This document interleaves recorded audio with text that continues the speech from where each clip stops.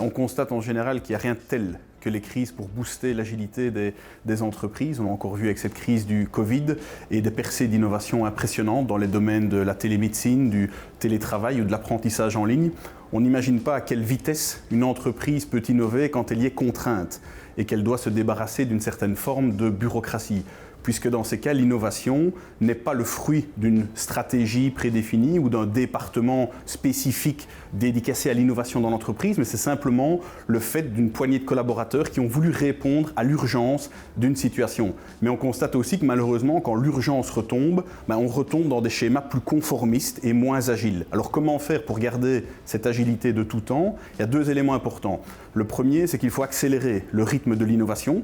On constate que l'innovation et sa lenteur est souvent liée au processus décisionnel qui l'entoure.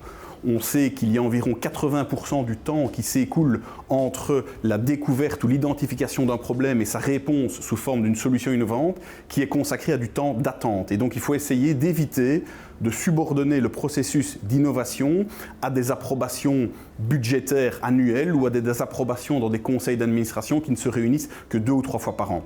Premièrement. Deuxièmement, il faut trouver un bon équilibre entre le business au quotidien, qui doit être géré de façon efficace, et l'innovation, qui doit être gérée de façon rapide. Si on met trop d'énergie dans le business au quotidien, on risque d'avoir des entreprises lourdes, statiques, qui vont avoir du mal à s'adapter. Si on met trop de focus sur l'innovation, ça risque de se faire au détriment de la qualité de service proposée à ses clients.